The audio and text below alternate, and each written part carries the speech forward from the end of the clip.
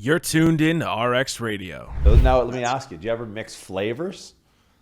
I don't know because I only buy one flavor. I only buy like mint Interesting. flavor. Yeah. Oh, so it's only mint. And do you have? I love how we start off every podcast with this like a low key advertisement for nicotine. We do have other shit to sell you, by the way, if you're interested. Head on over to prescript.com. But free Zyn tin with every purchase of a. No, that's actually not true. We're probably not allowed to say that. But so you're just a mint guy. Do like the blurred out thing, where like they can't tell what it Yeah. is because we're not endorsed by them or something. Yeah, usually it's the other way around. Usually people won't talk about stuff unless they're giving them money. We're so worried that Zyn is going to sue us for the... Look, we don't want to be associated. Nicotine industry sells cigarettes to kids. We want nothing to do with these guys. You know what, though? If anyone listening has a plug at Zyn and they're looking to sponsor a podcast, I'm just saying.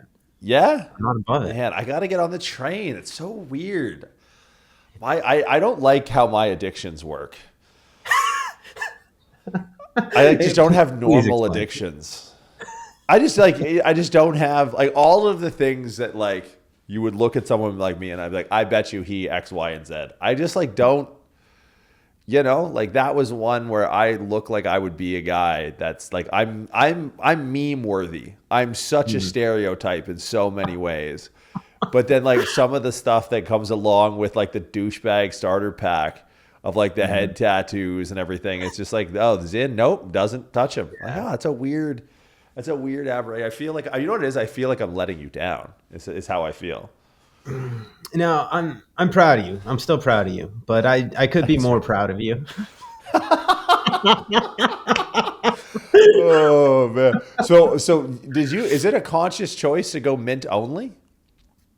Yeah, I think so. And it's, you know what? I've really dialed back. I'm going to get some heat because as I showed this, people are going to notice the threes. So mint threes that's the go-to. Because the thing is, like, I can keep one in all day. And it's just like this steady flow of nicotine. And that's what I like about it. The sixes, it gives me a little bit of an up and down. Is the mint 3 the pumpkin spice latte of Zyns? Probably, yeah. Yeah, so I'm going to get... Zyn. Exactly, yeah. I'm going to get some heat for this. Yeah. But you know what? Okay. Anyone that has a problem with it, fuck you. Is an addict. Is who I know who's giving you heat for that. That's an addiction problem. Like, that's just what it is. Oh, I enjoy Zyns with our boy LA out in New York. And he likes the... LA loves his Zyn. Yeah, he does. He's all about the unflavored sixes, and it's like sucking on a cotton ball. It's weird, but at that point, just smoke cigarettes, dog. Yeah, that's the New York way. Like New York has to be like the United States capital for cigarette smoking. I feel like out of all the cities I've been to, they smoke the most ciggies there. I mean, I think it's European influence too. I think like Europe never got the memo. Like. I was in, where was I? Well, I was in Africa a few weeks ago, and there was a dedicated smoking section inside of an airport lounge. Was it like closed off or like open air separated? Oh, no. It wasn't like 1990s Pizza Hut. Okay. It was like, no, it had a door, but that door also opened. And it was just like, okay, so the whole place smelled like more or less cigarettes. But yeah, I respect it. But I just can't, I don't know what it is. I think like, I don't know if I'm getting soft or what. Like I really want a good addiction. Yeah. I do. And I just don't have one. All right. So here's what we're going to do. Go ahead, if you're listening right now, subscribe on YouTube and comment the addiction that you think Jordan should pick up. Don't do that. Don't do that. I don't need that kind of smoke right now. People can get addicted. Like, I mean, OCD and addiction are like, I guess, somewhat similar. Like, I guess OCD would almost be like the addiction to like habitual behavior rather than like a substance. But I feel like I may have a bit of OCD, but I can't do addiction. I think like lifting is kind of, but like, I don't know if that really counts. It sounded like a cop up or a cop out, but yeah, I don't know. Every time I see it. Yeah, no, it's...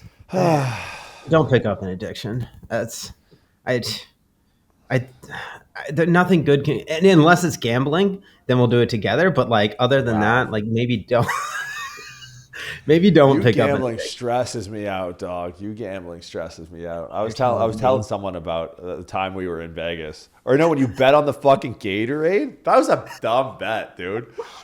So That last year was we one of the were worst going bets I've out, we're ever watching made. the Super Bowl. Well, because my thing is just like straight superstition. So you Yeah, can Jay put down, we should put $500 bet down. I put It was $500. 500 down. So it was the bet was, I think the previous year. This is when the Chiefs went back to back. Chiefs had purple Gatorade. What that would have been like 23, 24, right? Mm-hmm. Yeah. All right. So 23, they had the purple Gatorade when they poured it over the coach at the end. I put down a $500 bet that to win 100, so 5-1, that the Gatorade would be any color other than purple. So I put down 500 to win 100. If it's purple, I lose all five, and it's fucking purple. It was, of course, it was purple, dog. They're not going to go. They're going to change. I know guys who don't change their underwear the whole playoffs, See, right? yeah, Like, I know. See, there's logic. And that comes into play. But when you have that little, propensity to want to gamble all the time, you're like, yo, that's an easy 100. That's an easy hundo. No way I'm going to lose this five. I'm gonna send this podcast to Matt and just be like, this is your business partner, right? Like, I've been knowing this since the Casino Matrix days, but just so you know, this guy controls the bank account of the business. Yeah, that's an issue. Oh Yeah. man! All right, look, let's switch gears here. We're coming on the new year, and I don't even want to. I don't think our audience is very much, in touch with the new year, new me. Everyone that listens to this has been training for a minute. But I think in being that person in your social circle, as like the fitness person or the workout person, you're the person that is often called upon for counsel around these types of things, right? You're going to be around the holidays. Thanksgiving in America just passed, or as we call it, Thursday. And then you're going to go into Christmas, and like you're going to do all your Christmases, right? Like you're going to go to your girl's Christmas, and then, but like, you're going to go to your mom's and then your dad's Christmas. And then so you're going to be like 4 or 5 different things. And you're going to be the fitness person at all of them, right? Like you do it professionally. And there's the flavors of the week of whatever's trending. And you're going to have to field a lot of conversations. So I think it's useful to talk about like the biggest mistakes that people make in training, because I think some are mistakes that people kind of fall into out of the rip. And even as they progress in some ways, they don't progress out of these very rudimentary mistakes. Like I see people who, some of their training is very evolved and very apt to their goals and their physical ability.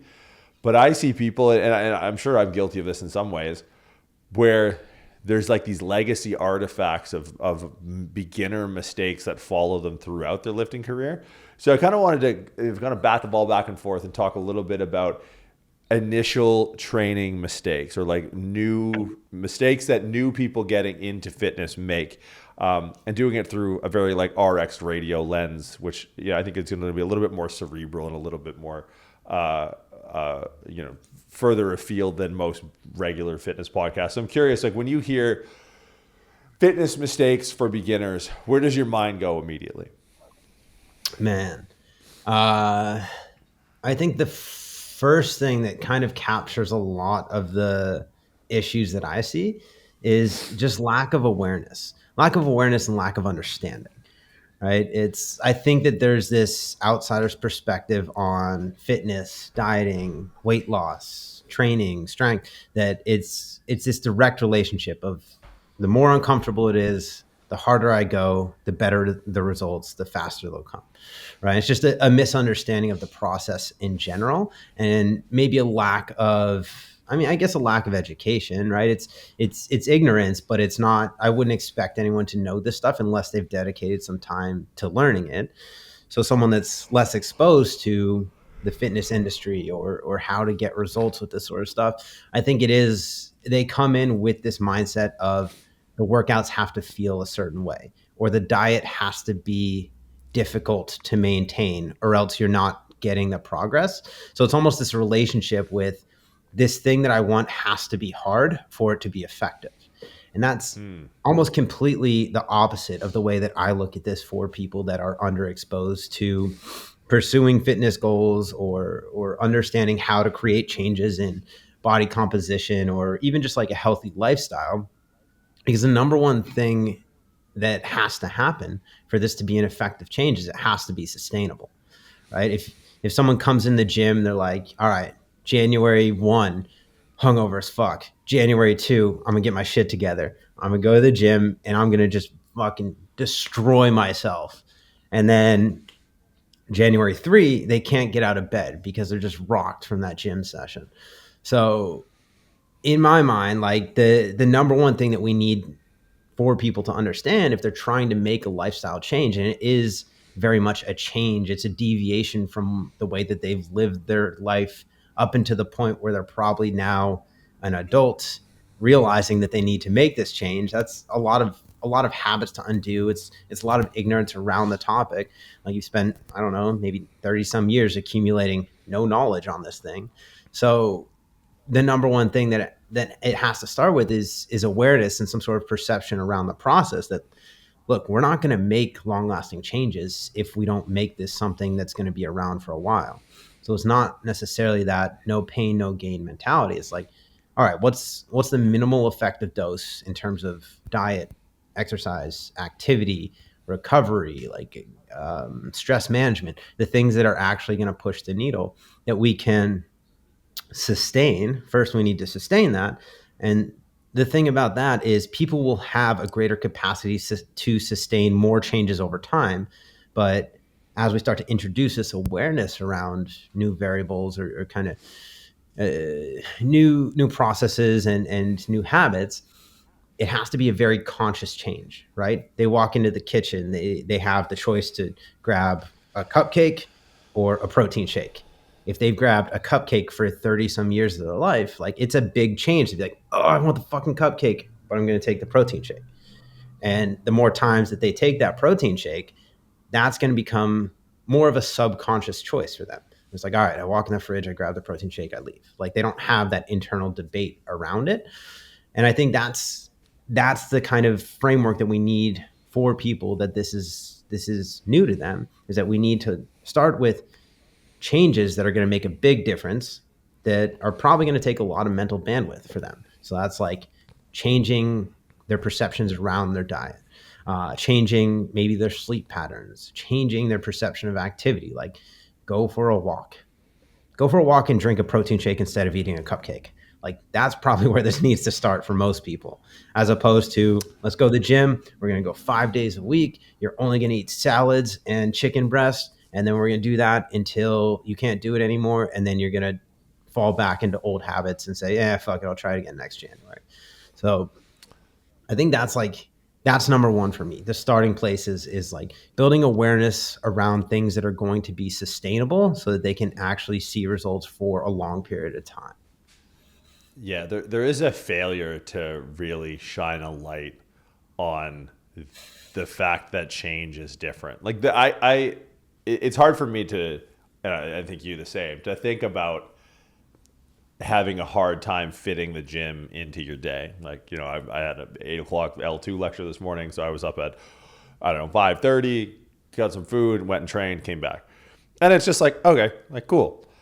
But I think, people understanding that change is different. To me, the only thing I have in my life that's analogous to that is, you and I have both had dogs in our adult life.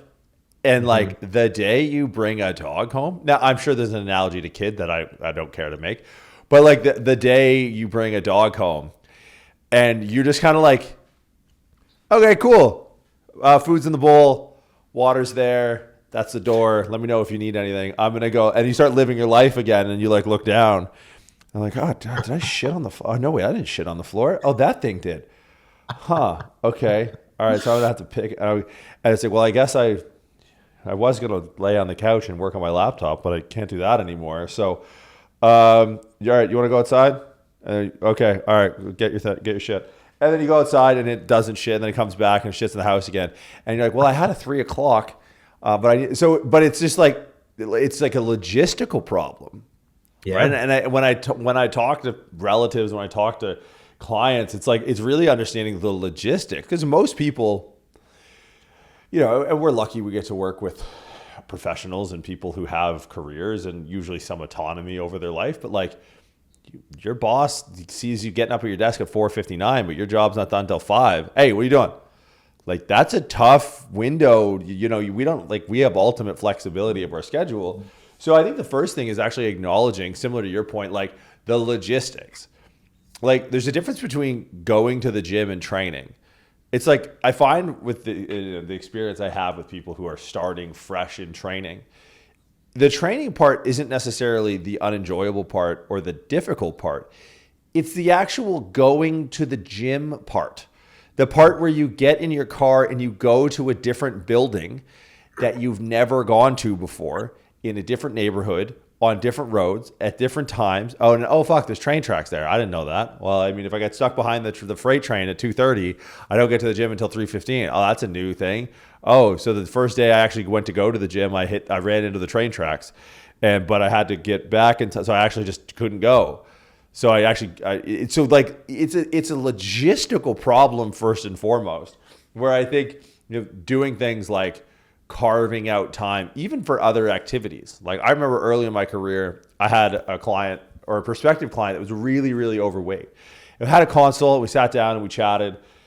And, it was someone where their baseline fitness was so low that the training would have been very, very remedial. And, part of the excuse that everyone has around time. And I was like, look, and I think we may have mentioned this on the podcast previously. I was like, do me a favor. I'm in here 5-6 days a week. If you walk to the gym every single day and, get them to buzz me over the PA, I'll come down. If you do that every day for 6 months, I will train you for free for 6 months. But part of that was like, I need to know that you are going to make the time to walk 30 minutes there, 30 minutes there, drive to the gym after that. You'll have an hour already carved out in your day. Motherfucker did it. Lost like 35 pounds just walking to and from the gym. I was like, all right, dude, I don't even know if I could have to get you down 35 pounds. But I think first and foremost, the biggest mistake is the logistics piece, right? Is like, okay, before we start talking reps and sets, we actually have to start talking about 4 hours in your week, right? Like, where are you going to find 4 hours in your week? And maybe it's longer, right? Maybe the commute to the gym is a certain distance, right? So maybe we're only 3 sessions a week that comes out of 4 total hours because you're dealing with the commute. So I think for me, it's similar to like, we're not talking about reps and sets. We're not talking about, I'm going to use machines over cables over free weights.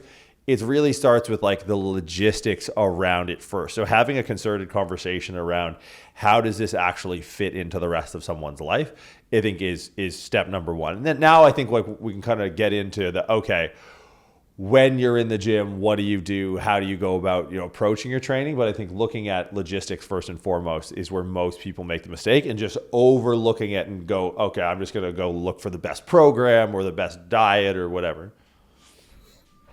Yeah, that's a really good point, because fuck, man, we've built our life around being in the gym.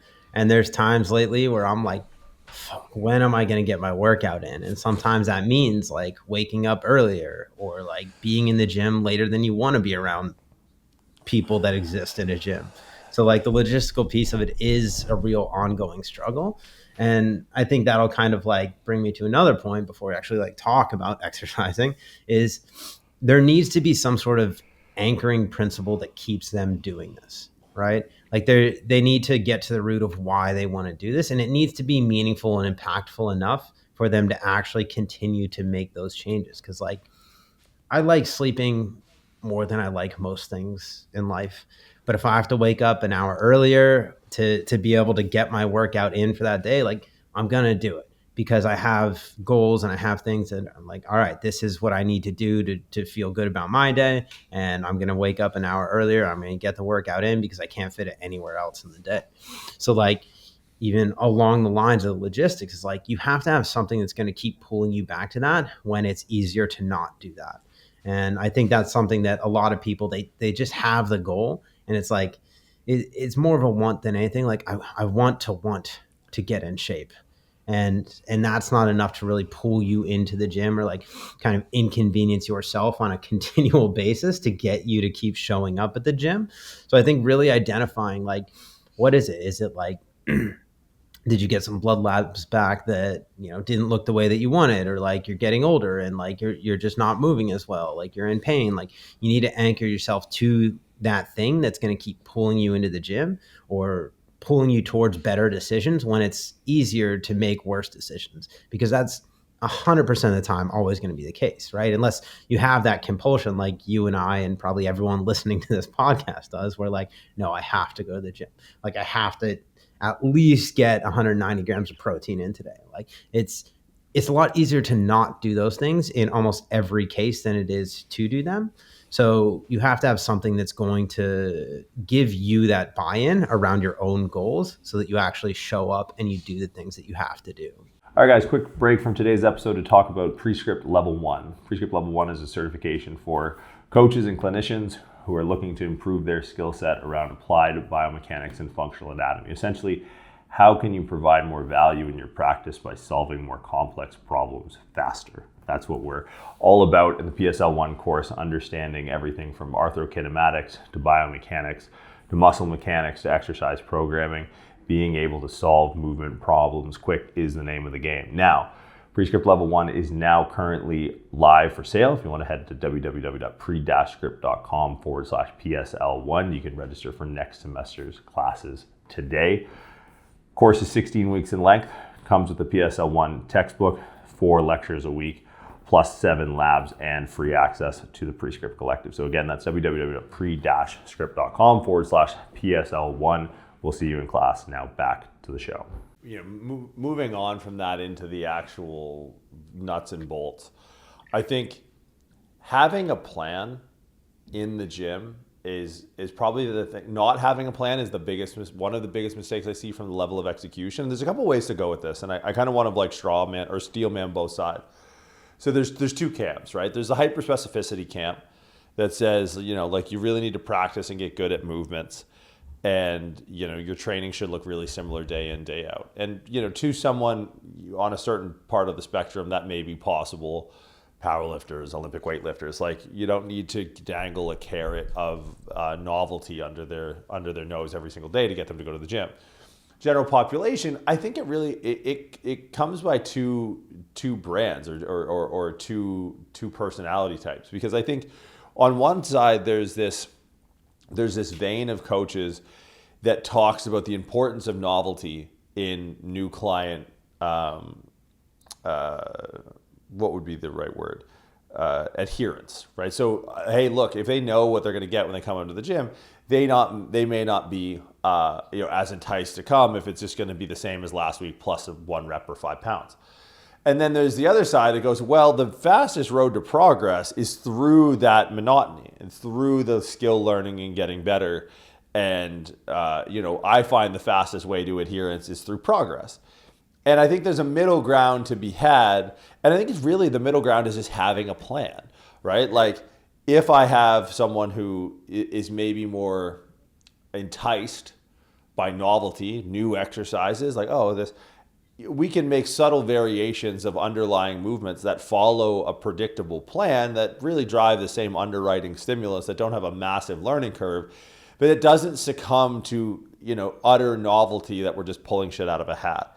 So I think there's sort of these two dissenting voices of like structure, app, reps, sets, blah, blah, blah. And then there's sort of this like, free loving, free spirited, like, we got to enjoy it. We're going to have a bit of fun. It's like, okay, you both bring merit to the table. I think, the perception of novelty through the lens of your client is going to be enticing. Like, I wonder what we're going to do today. Like, that's pretty cool. Maybe you're of that personality type. And I've met novice people, and you've met novice people that are very like militant. It's how they live their life, very structured, and having that sort of monotonous, like, okay, what's today's goal? All right, I know last week I did this week I got to do that. I just go in.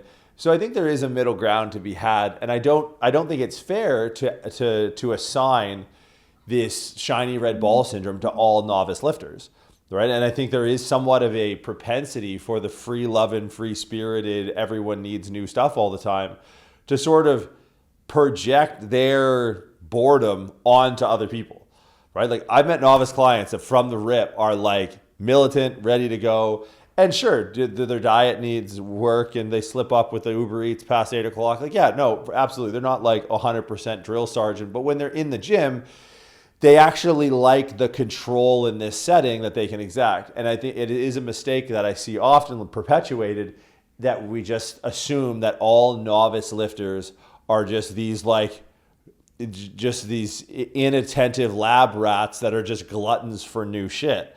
So I don't think that's entirely true. And I don't think that everyone should be subjected to this, militant, Mike Metzer, Dorian Yates style of just one progressive overload top set and we just run that on repeat until you can't.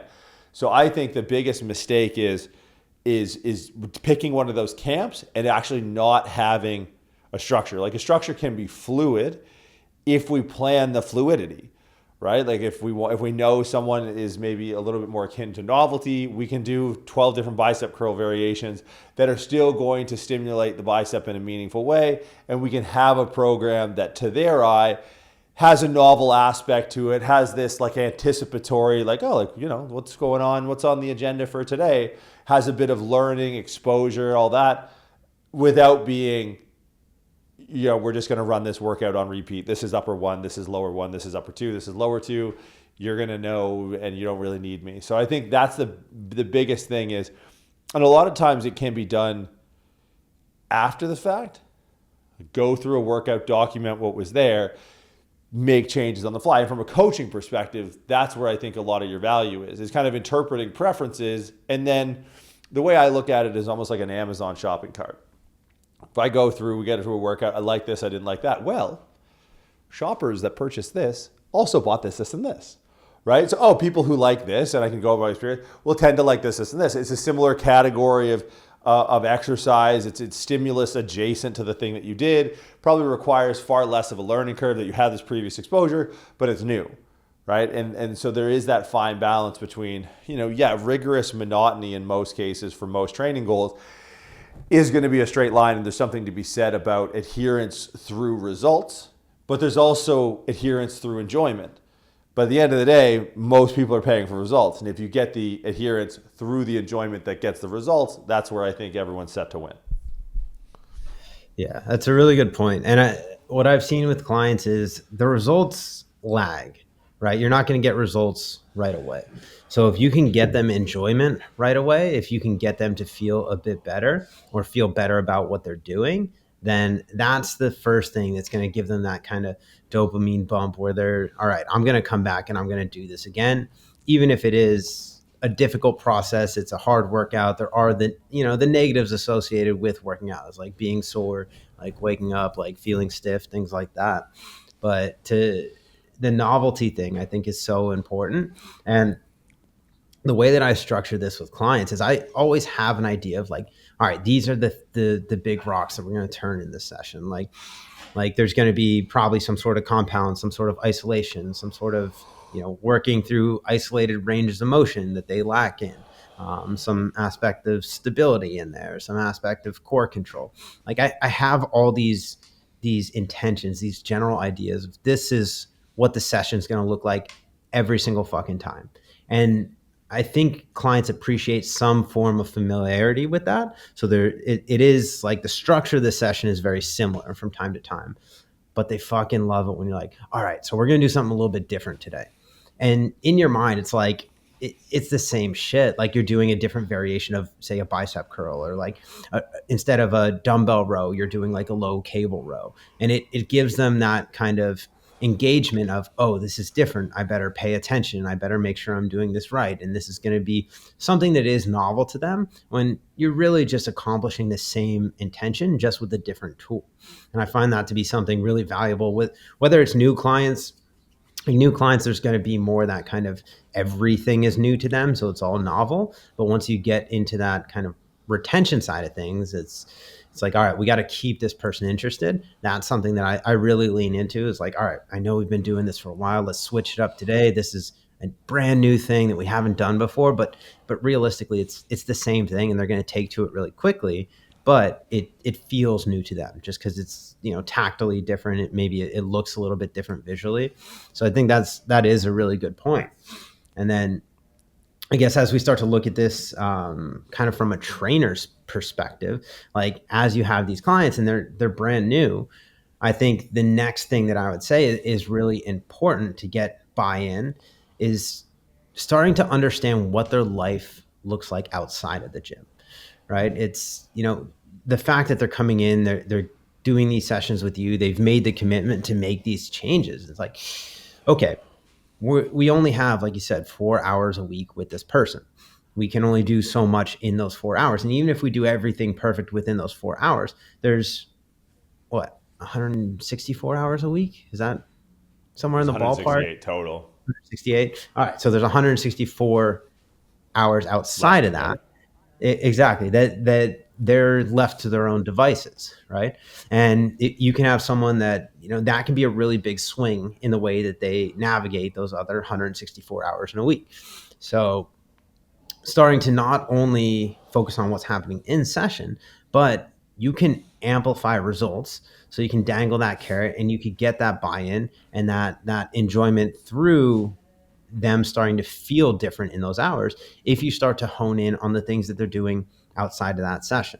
And like, I'll admit it, I don't do nutrition, and nutrition is one of the most important things for client results. Like, I focus on my own nutrition, yeah, but like clients that I work with, and like I'll talk to them about nutrition. I'll tell them very general things, like the general stuff you're going to tell like your cousin's boyfriend at Thanksgiving dinner or whatever. It's like, oh yeah, like focus on protein intake, try and like be moderate with your carbs and fats, like, get enough fiber and like micronutrient, whatever, all this, like, yeah, I'll tell them that.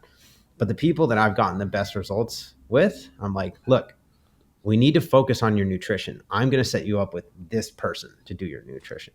Right. And it's like separation of church and state here. It's like, you have accountability over here, you have accountability here.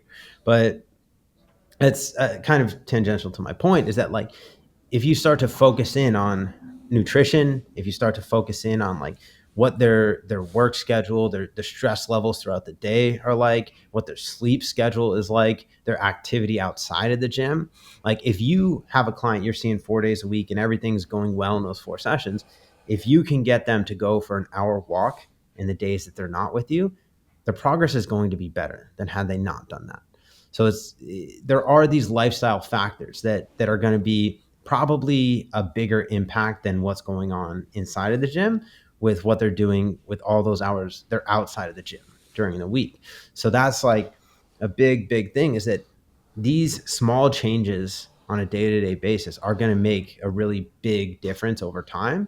And the way that I look at that is like, what kind of trajectory are we setting? Like, if you're just on your computer 12 hours a day, like you don't move, you don't eat, you're super stressed out, like what kind of trajectory is that setting 6 months, 1 year down the line? Versus if we can get you to take breaks, go for a 15-minute walk every couple of hours. And if we can get you to be conscious of how much water you're drinking, how much protein you're eating, like that sets a pretty big deviation in trajectory over the course of 3, 6, 9 months, a year down the road. So that's one of the things I think is really important for people to realize, as if people are asking you these questions, if you have clients that are like, all right, first of the year, got to get back to it, like what's happening outside the gym is more important, I'd say, than what's happening inside of the gym. What's happening inside of the gym is they're signaling to you that they want to make a change, but you can facilitate that change faster, or you can set a better trajectory for them if you're focusing on all of these things. So I'm going to take like kind of an oblique and maybe even like a not deliberately juxtaposed stance, but like almost a complementary stance, because obviously habits, nutrition, lifestyle are going to be the compounding 164 of 168 hours that not only magnify the work done in the gym, but set the stage for better work to be done in the gym. Yeah. When I think of mistakes, and I think, in the realm of whether it's just a novice client or a novice lifter, like, someone who's maybe going in unsupervised, but I think it's a lesson that I see a lot of trainers need to learn. And it's something that, I learned over my career. And it's one of the things that I emphasize when working with a client. And that's the skill of paying attention. Exercise offers you this very interesting, this very interesting window into people's minds. And like, I would say it's on par, like when people have conversations with these types of words in them, usually it goes down the route of meditation and psychedelics. I fundamentally think that exercise, physical exercise, more particularly resistance training, but physical exercise is a broader category, everything from Pilates, running, any sort of motor skill execution under exertion, I think offers you a very similar opportunity as these two things are often touted as. Now, they're not the same.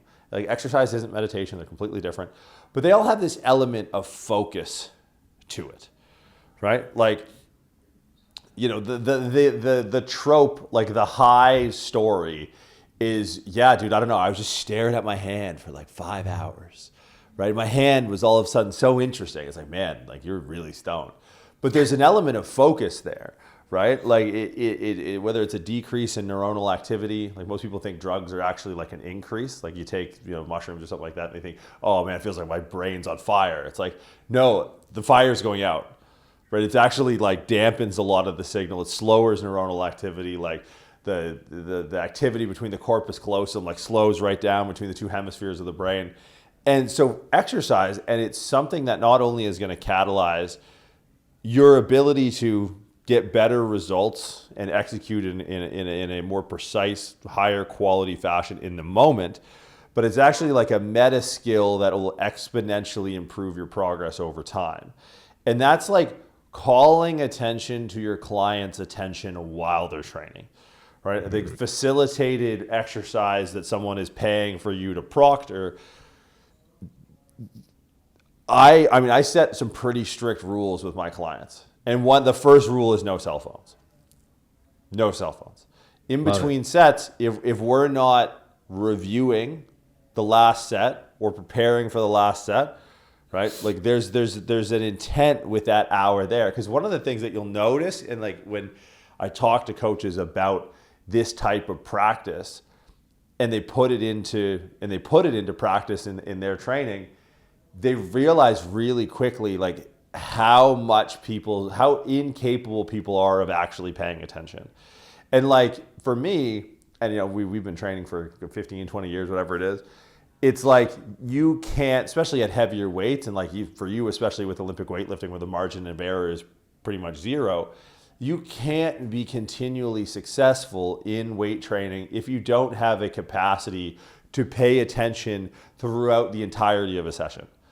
Right? It's like, a lot of the initial training for me of like a new client, it's almost like training a dog where it's like, they're going to fatigue out in their ability to pay attention. Like, the dog starts like shaking a lot or like scratching his balls or whatever. And it's like, all right, we're done here. Like there's nothing left. It's this that goes. And it's really interesting because you'll watch coaches, they'll cue their clients over mistakes. But it's like, yeah, but why don't you cue the awareness over the entire thing first? So we have a baseline to make adjustments off of. So like, it's not enough just to cue what things are going wrong. You have to cue their awareness over the entirety of the movement as they perceive it, right? So like if I'm teaching someone like how to lunge, okay, I want you to like really focus every rep on when that heel strikes, try and make it be light. As you lower, I think of it like two movements. Like you're stepping forward, then you're sinking down, right? Like 70-30, I want some tension in the back heel. Like I'm calling their attention to things that they can pay attention to, right? Like I look at training a lot. Like remember back in like the mid 2000s, early 2000s, they came up with like 3D art, right? It's like this weird sort of abstract image. But if you at the right vantage, when with the right prompt, you could see the spaceship. And it's like a lot of times we like curate this museum of 3D art for our clients, and they have no idea what they're looking at. And all it takes is you to go, hey, for this one, so like right in here, if you kind of squint and back up a few feet, you're going to see the apple dropping on Newton's head or whatever the fuck, you know what I mean? But we just kind of walk around with our hands behind our back like some grandfather in Little Haiti. And we just go like, wow, yeah, this is a bunch of exercise. And it's like there is so much to experience within exercise from a sensory component that like you want to talk about long-term benefits of exercise off of every single measurable axis of health. Most importantly, I think like mental health.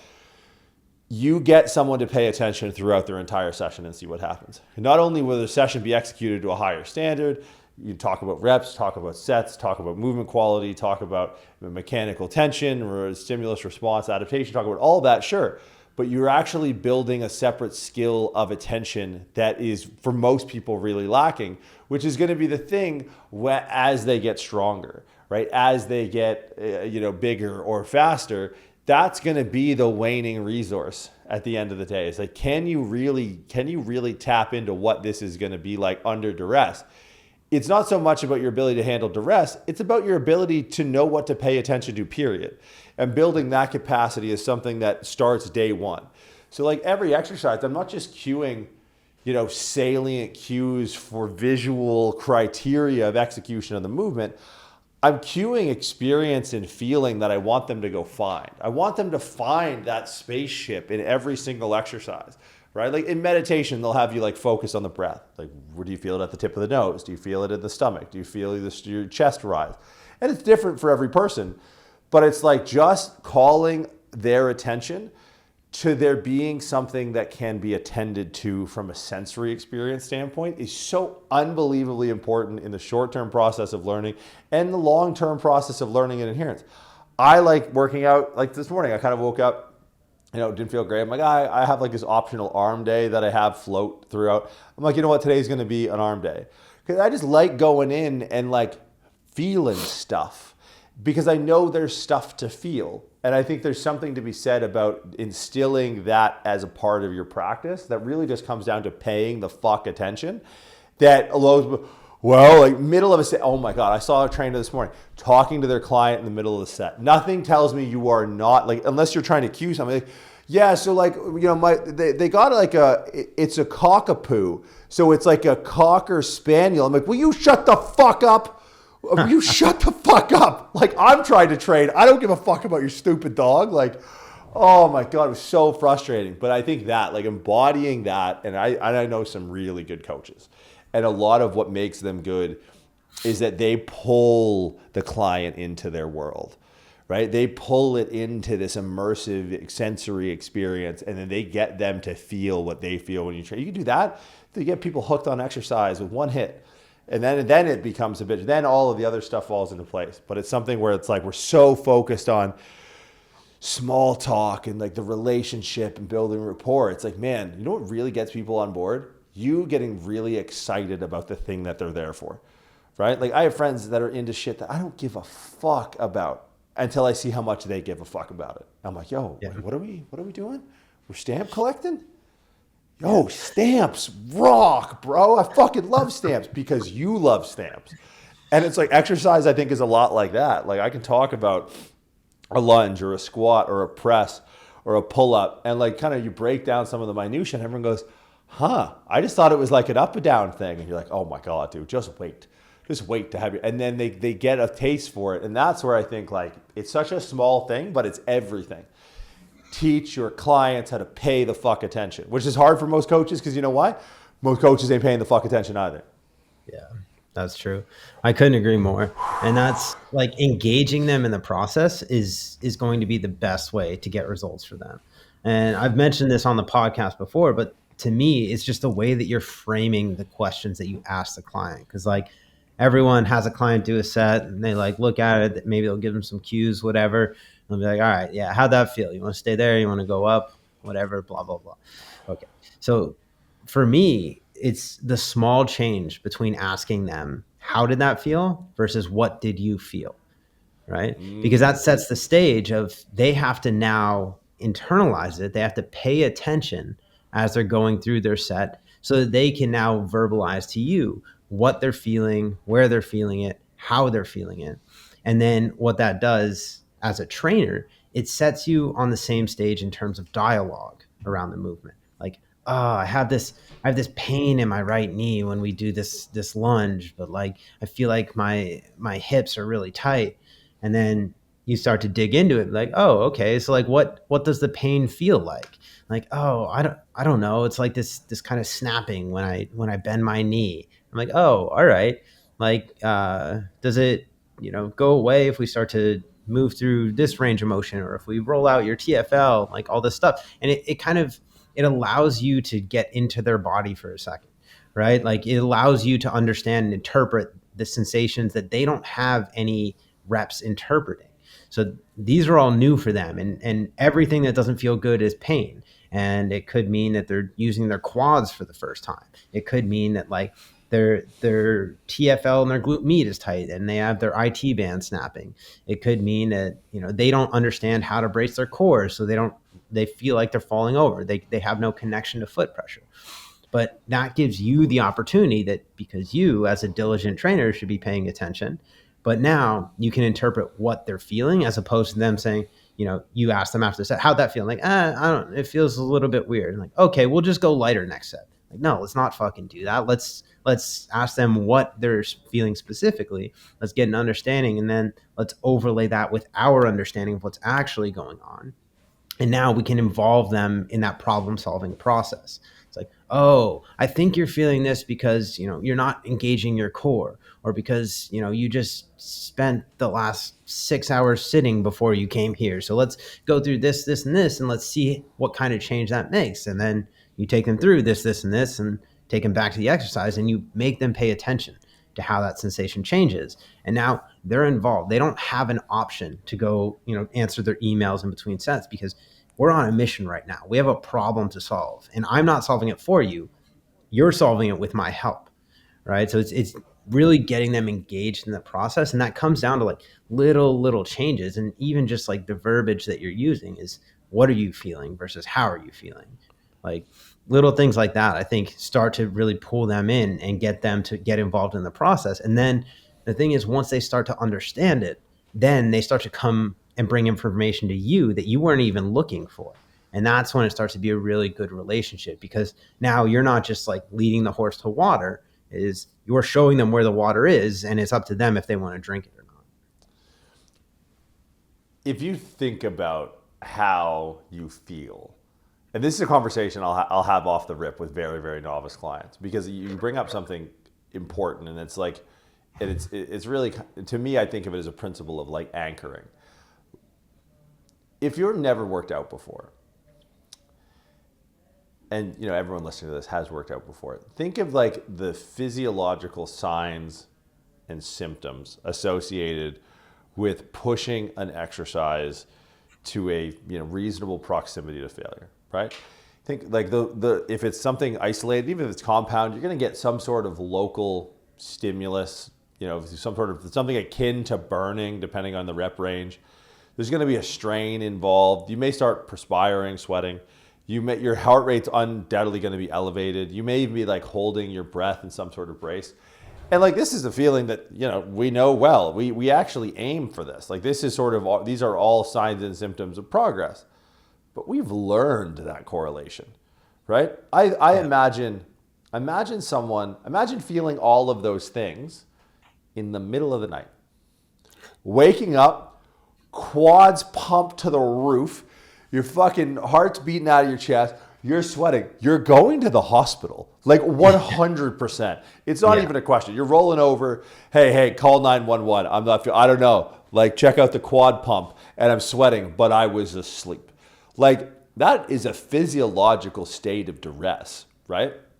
So we look at that in the gym under the context of progress and effort and like efficiency. And yeah, good, this is what we aim for. So we've calibrated our system, our reward system, to be like, we've done the thing. But for most people, it's as distressing a feeling to happen in the gym as to happen in the middle of the night. They have not been met with the reward system yet and the feedback loop to drive the progress that they're here for, right? Like they've never seen a difference in the mirror that's appreciable, right? They've only been like, oh, I got a little fat around the midsection. Like, oh, fuck, I should probably go get a trainer. It's like, I've gotten fat. I've gotten less fat. I know what it's like to make the changes. And I know what it feels like for those changes to be made, right? I know what the work feels like. So like if I'm doing cardio for some reason, it's like, yeah, I know it's going to be hard. If I'm doing quad extensions or squatting, it's like, I know the exact type of milieu of signs and symptoms that I'm looking for in the moment that will, transpire into the results that I want. But I know that because I've been doing this for 20 years, right? Someone walks in day one and like all of a sudden their like leg is burning and they're sweating and like their heart's beating fast. Like some people, depending on what shape they're in, they're going to be genuinely concerned they're having a cardiac event. And you're just kind of like, no, dude, that's actually just like what like leg extensions feel like. Really? Yeah, no, that's actually a good thing. Like we want this. Like see how it slowed down and then it stopped and you're sweating and you have a hard time catching your breath? Yeah. It's like, we don't need a brown paper bag. We actually need to do that again before we move on to our next exercise. Yeah. Really? Yeah. And like I've had this conversation and it's so much of it is like anchoring this experience to progress rather than going to the fucking hospital. And it's, we're so close to the glass sometimes. We it's so easy for us to look through it. Where it's like sometimes in training novice clients, and one of the reasons I like training novice clients, perpetually throughout, to kind of punctuate the athletes that we work with, and some of the athletes that we work with in the gym are kind of novice clients, is it forces you as a practitioner to put your hand on the glass and recognize like, oh, this is what I take for granted that I look through every day. That is the barrier that stops most people from actually seeing the way forward. So I think it's super useful to acknowledge some of these more intangible things that are very tangible for a novice. They're intangible for us because like we're playing 8-dimensional chess, but taking someone down to just the base layer and you go, oh shit, like I take for granted that this is something that I'm able to just automatically process. But for most people, they're like, this is the scariest moment of my week. Like, I don't know if I'm going to end up in the hospital or end up on a magazine cover. Like, so, being able to tie that physical experience and those signs and symptoms to as a positive and frame it as a positive is such an important first step that I often see missed, which is a common mistake I see with trainers and novice clients. Yeah, absolutely. And I think I've learned this more so through working with rehab clients than anything. But if you can set realistic expectations for someone, that's going to be something that like really puts their mind at ease, especially in a situation like that. Like, yeah, waking up with your heart rate at 130 and sweating with the quad pump in the middle of the night. Yeah, it's fucked up. You should probably go to the hospital. But like when you're doing quad extensions, you're probably fine. But also, yeah, outlining the expectation that sometimes things are going to feel worse before they feel better, right? And that might be something that is a little, we might think intuitive with exercise. Like, yeah, you're going to get sore, you're going to get stiff. Like this might feel worse tomorrow because of that. But if you can communicate what someone is going to feel before they feel it, that's an opportunity to build trust with that client. And it's also an opportunity to disarm them that this is something that shouldn't be happening, right? Is you're intervening before there's a problem. Because if we take something too far and they weren't expecting that, or they felt something that they didn't want to feel, now you have to walk it back and you have to regain that trust because they feel slighted. They feel like you tricked them, as opposed to like, all right, your quads are probably going to be on fire here. Like heart rate's going to be through the roof. You're going to be sweating a lot. Like that's okay. We want to make sure that, I want to make sure that that this is what you should be feeling, but we're going to recover and we're going to see how it feels after. It's going to come down. You might get a little sore tomorrow. Like this is a new experience, but we don't want to push it that far. And like, there's this conversation that happens where you're managing expectations around what they're going to feel. You're preparing them for it. So it's not something that like is out of the blue for them. And they're like, I don't know if I should go back. Like, I used my legs for the first time. They're not going to say that, but they're going to say like, I exercised with this trainer and now my hips hurt, or like there's this pinching in my hip when I go upstairs. I'm like, all right, you might get that shit. like things are probably going to feel a little worse before they feel better as you start to introduce, new diet, new exercise regimen, these things. But if we can equate for that and we can have a conversation around it, then they're prepared and they are buying into the fact that, all right, these things are going to happen, but this is for the greater good. And this is something that we're going to build up to, and we're going to get to a point where it's no longer going to feel this bad. So I think that's a really important part of this whole experience as well, is just managing expectations. And that could be like, within the exercise session itself, within the days following, but also the timeline for their progress. Because that's another thing that people don't have any sort of realistic way to gauge. Like, all right, I'm going to go to the gym, I'm going to, get in shape. And they don't really know the timeline or what that progress looks like. Like, I've had clients in their early 30s say to me, like, I just had this a few weeks ago. I want to lose 10 pounds before Christmas. And it's like 8 weeks out. And I'm like, all right, that's a little aggressive. And like, you don't have much to lose. So we need to kind of manage those expectations. Like, all right, I want you to weigh yourself today. We're going to weigh yourself, throughout the week. And we'll talk about this next Monday. We'll see how much weight you've lost. And then we can make some predictions based off of that, of what the next few weeks might look like. And there's all these variables, but if you've been training clients and you understand the process yourself, then like, all right, weight loss might be accelerated the first week or two, but that's probably going to level out. So if I can, on week 1 or week 2, prepare them for when things stall in week 5 and week 6, then they were prepared for this. They already had that in their mind. Like, all right, I'm not going to get 2 pounds off every week for the next 16 weeks. I mean, down 32 pounds in, 4 months from now. It's not exactly how it works. So being able to have those conversations around expectations helps you kind of get ahead of things that you don't now have to walk back, because you knew it was going to happen, but they didn't know it was going to happen. They just assumed progress was going to be linear forever. Yeah, I mean, I think it all boils down to that: have the conversation, right? And I think that's the biggest mistake, is around every single facet of things that you take for granted. And the longer you go without, training, and I really think general population is such a good, touch grass moment for even the most advanced coach, because it lets you really kind of like hone in on like what the basics are. And at the fundamental level, the basics of our industry are communication. Right. And if you can't have those conversations, because some of them like, hey, look, you're not going to get down that much. Some of them in setting expectations and managing people's expectations to set real goals and hit real goals sometimes require hard conversations. Like, hey, you're not paying attention.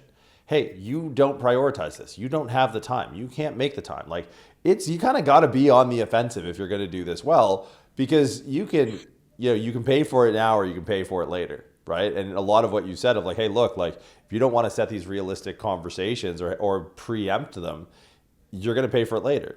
In 12 weeks goes by when, they start to harbor resentment for your service because you didn't communicate effectively what is going to be a pain point for them, then that's on you, and it's all on you. So I think, the biggest mistake, maybe to put a bow on this, is your inability to communicate effectively as a coach towards new people. Like, once your people are your people, then you kind of get an ebb and flow. But I really think that if your focus, your attention is on, these initial conversations, and you can approach these topics with efficiency and empathy and a certain level of humility, then you're going to get so far so quick.